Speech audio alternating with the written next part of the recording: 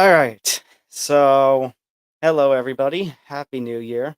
Uh Little surprised to be on the air again so soon. I know we had the award show. We had Rick Glazer, and now we've got the New Year, the best of coming up tomorrow on New Year's Day, but it seems to just never stop with this sport. And Yep. now Conor McGregor has come out. So we're going to try to make this quick so that way everyone else can get back to their New Year's Day business. But here's the breaking news: Conor McGregor is announcing he is coming back. Finally, he has given the details. He will be facing Michael Chandler on June 29th. UFC International Fight Week will take place in late June instead of its early to mid July date. That is usually the tradition. And I think it was the Starched MMA who watched one of Dana's 12 days streams in which he caught the footage basically confirming from Dana that International Fight Week will take place a little earlier than expected in 2024 in late June. But the big news I think nobody is really talking about, other than the main parties involved, is that the fight is not going to take place at lightweight. It's not going to take place at welterweight. It's going to take place at middleweight at 185 pounds. Yeah, this was definitely the biggest surprise when this news first came out. And that was one of the first things I told you when this broke and we were contemplating how we were going to cover this. And you instantly said, Zan, this weight doesn't make sense. And I 100% agree. This weight division is neither of these two men's natural weight classes. Obviously, Chandler's had success at 155, both in the UFC and in Bellator and in other promotions. As is known, Conor McGregor is a former UFC double champion at 145 and 155. So, to me, I don't know if this comes down to contractual obligations, which I'm sure it does, but middleweight to me, just given how crowded middleweight already is with contenders, and of course with the impending Sean Strickland Dricus Du Plessis fight that's taking place in under a month in Canada. To me, this division just doesn't make sense. But I think when you have Conor McGregor involved, all bets are off, and I think this is the UFC's way of kind of saying we're going to make this fight no matter what the weight of the fight is, and that's what they're going to go with. As far as the time we're recording this, the UFC is yet to release whether or not this fight is official. The only party it's coming from is Conor McGregor. It's now being picked up by other mainstream MMA media ESPN, outlets. yeah, ESPN has reported it. Ariel Helwani has also reported it. It's just a matter of no official word from the UFC themselves. Yeah, that's exactly right. So, I mean, that's really the biggest question in my opinion is this weight, considering that neither of these guys that's not where they usually fight, so there's no specific rationale for it. But I guess in a sense, Conor did stick to his word. He said he would announce it around New Year's. At the time we're recording this, it is New Year's Eve. Less than a day away from the start of a brand new calendar year. So I guess there's that out of the way. It's just now, when people were hoping would be UFC 300 is now going to be later than that, and I think that's the biggest that's the biggest downer about this whole thing. Is that me personally, I was looking forward to seeing Conor return at UFC 300.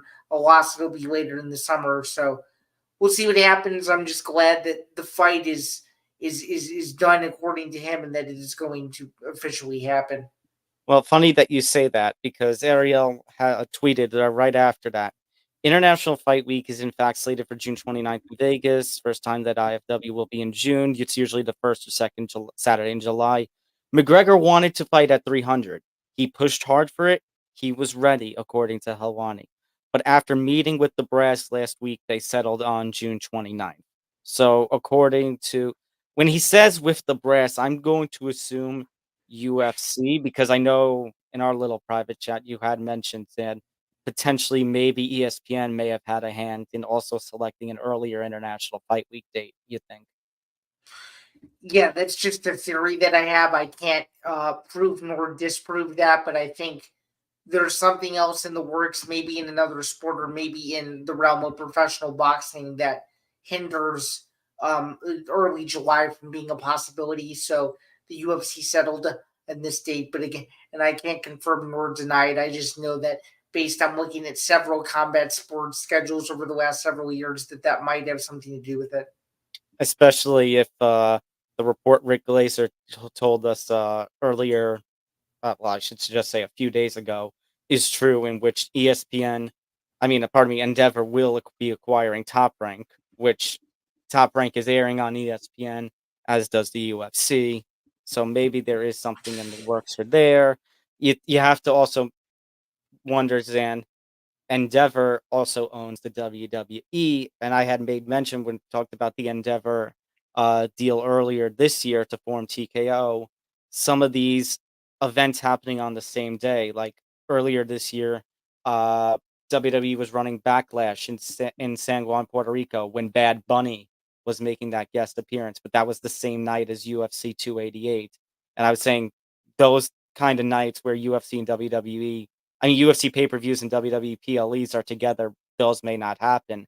And Money in the Bank, one of their big ones, does take place in early July. So I'm wondering if maybe that had a hand.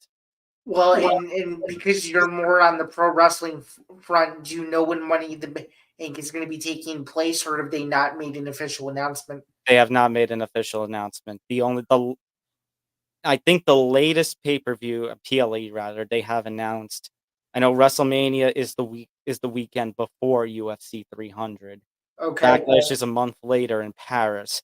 I know they have a card set for August, I think in Germany, August or September in Germany, but I don't know the official date for that one yet. So, but just going off of like how the, I guess, WWE calendar usually goes, I'm wondering, that's why I'm saying I'm wondering if Endeavor may have had a hand in the selection of the earlier International Fight Week date. Yeah, for sure. We'll see as more news comes out in the next few days and weeks to come. But it's nice to know from a calendar perspective, we have a date, we have a time frame. IFW June 29th. He's finally back. We've waited for, well, it's going to be nearly 3 years by the time he returns to the octagon, which is crazy to think But, about. But I think the part of that is frustration. Like, I know Connor has been saying he's been ready to go, and he was pushing for 300, but it's like, how did it take this long? Because I still feel like, going back to when we did Tough Enough earlier this year's, Zan, that Tough doesn't get any redemption from this because it's still gonna be over a year after they were first announced to be coaches for the most recent Tough season. Well, I think there's two factors to it. One is the whole USADA controversy, and two is the fact that he was still recovering from his injury and um was not formally ready and back in the pool in time to make a coveted return. So I think those are the two factors. And then probably a third one, which is not being reported enough, had to have been some sort of negotiation. I mean, if he was that frustrated as of just a week ago in Dubai, there had to have been things going on behind the scenes that nobody knows and nobody may ever know because of all of this stuff that went down. So it's definitely very interesting. Well, Michael Chandler even said it himself, we're not dealing with a normal UFC fighter. The way that Connor is, which we have talked about, bigger than the UFC. Unfortunately, there's going to be things that go on behind the scenes that don't naturally occur with other fights and other fighters. And as you Right. said, I don't know if we'll ever be privy to that information. Right. So I guess a follow up that I have for you on that is with this fight taking place at middleweight, I kind of am starting to think along the same wavelength. I'm not sure if you are, but I think given that it is in such a abnormal weight class for both men, do you think that this is a one off middleweight fight for both of these guys, or are we going to see a shocking twist where one of these guys remains in the division after this fight potentially takes place? Considering that this is two weight classes above their natural weight, I would think that this is a one and done. Unless the only way I can see that is Connor ends up winning this fight and actually legitimately does come back and tries to go on a redemption tour over at middleweight. Because I'll be very honest, you look at the rest of that lightweight weight class, and whether or not you think he can beat Chandler, Islam Makhachev, Justin Gaethje, Poirier's already beat him twice. I just don't see Conor, especially after the long layoff that he's had, getting victories, cutting weight down to 155 and getting victories over those guys. Yeah, I don't think so either, especially given his age. He's in his mid to upper 30s now. Yeah. Yeah, I could see a scenario where he would not be able to get those wins the same way he would have been able to when he was 27, 28, 29, that sort. He But is 30 he's 35, by the way. yeah. So I was in that realm or in that ballpark, but I just think this is a crazy, like, this is, to me, this is a legacy defining fight for both fighters. I think whoever loses this fight, it's going to be a damper on their career that they're going to be wishing 20 to 30 years from now that they could have back. Well, I just think the build up to this fight is going to be unbelievable. The bad blood going into this fight is going to be insane, and you already know that the UFC is going to pull out all the stops to make this one of the biggest promotional segues for into months and months leading up to it. I cannot imagine what the build up to this fight is going to be like. And I, as assuming that the UFC confirms it to the rest of the world, you can start signing off on the countdown, because I think a lot of people, even the people who don't follow combat sports, are going to be interested in this one, because they're all coming for one name, and that's the Notorious. And I think that,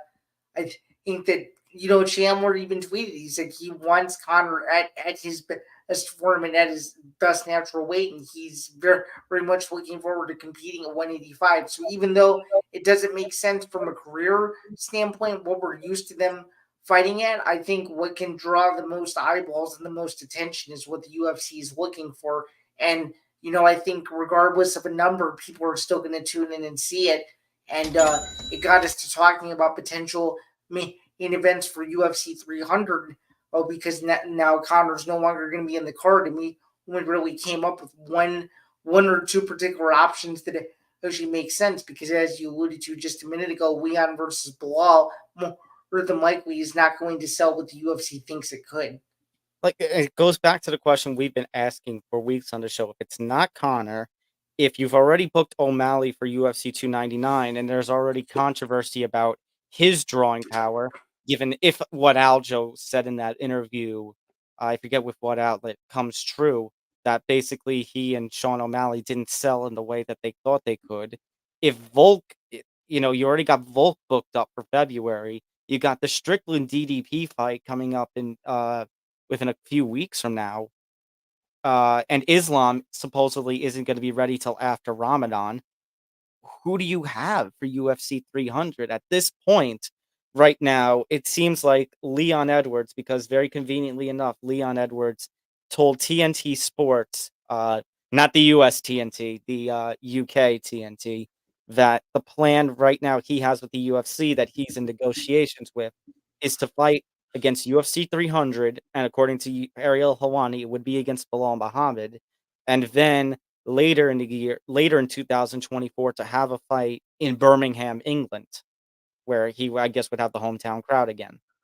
Right. So I think, with that being said, the only main event that makes sense, and you and I have been hinting at it for months and months and months, is the long-awaited Israel Adesanya comeback. Yeah, that well, we said for weeks, Sam, and we had Pat Dana. Were with Pat Dana the other day, and I was with quite a few different MMA journalists for the Cage Side Press year-end awards the other day, and we were talking about potential UFC 300 main events. And conveniently, Pat had said, what have we talked about on the episode, Zan, when we were talking about Israel going away? Because he had claimed it would be 4 years, and now in a very recent social media post, he hinted he'd be coming back soon. I said if the UFC was willing to throw a lot of money at him, he'd come back a lot quicker than we think. And considering all the options that the UFC has and running out of time, it might have to be Israel Adesanya, Alex Pereira again, this time at light heavyweight for the light heavyweight title. Which I think plenty of MMA fans, new or old, would be very down to see. That's for sure. I think even kickboxing fans would be down to see, given their history. For sure. So even though the fight is, let's say, 6.5 months away, do you have an early pick for the unweighted fight between Conor and Chandler? I'm gonna go with Chandler because Okay. I need something from McGregor. He has not had a meaningful win in the cage since 2016. And obviously he has that cowboy fight, which that's why I use the word meaningful. I Right. I need something from him. It's been too long, too much inactivity. I need to see some form of life. So that being said, I'm going to go with Chandler, and this will be fiery hot, but one round. I don't think it goes past 5 minutes. Well, I'm sticking to my guns, and I'm going to keep saying my prediction until the fight rolls around the day of the fight on the 29th. I am picking Connor to have a triumphant return and finish Chandler in about 12 minutes. That's my prediction. Is an early second round TKO for McGregor. And as we both alluded to, I think if he loses this one, he should be done in combat sports and should not even consider returning to boxing, because I think his boxing window of relevance is closed. So therefore, this is a absolute must win if he wants to remain relevant in combat sports. Speaking of Zan, because of all the madness that's going on with news breaking right now, because Ryzen just had their year-end special. Right. Why the hell are we getting Floyd versus Manny again in Ryzen? Because Ryzen is a fan of freak show fights, and they probably think it makes sense for whatever reason. I don't really know, but yeah, it would definitely be weird. And you have to remember, Floyd loves competing in Japan, so if He does. if he can get an extra payday, I don't think he's going to no to that. But we'll see if that fight actually comes to fruition. But yeah, the internet for a couple hours earlier today was buzzing about that. So yeah. All right, so there's basically the news once again. Conor McGregor appears to be back, according to himself on social media. Follow-up reporting from Ariel Helwani, ESPN. Conor McGregor will return against Michael Chandler, UFC International Fight Week 2024. It will take place a week or two earlier than normal, June 29th. And the fight will take place a couple of weight classes above normal at middleweight. So, yeah, mark your calendars. Saturday night, June 29th, 2024 will be perhaps a day of infamy in mixed martial arts. 1,000%.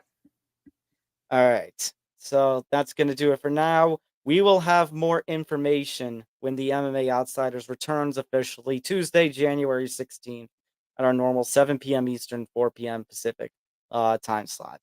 But We can until we can't wait. We can't wait to see you there. Until then, Happy New Year, everybody. For Zan, on Tom. We'll see you later. Take care. Happy New Year and see you soon.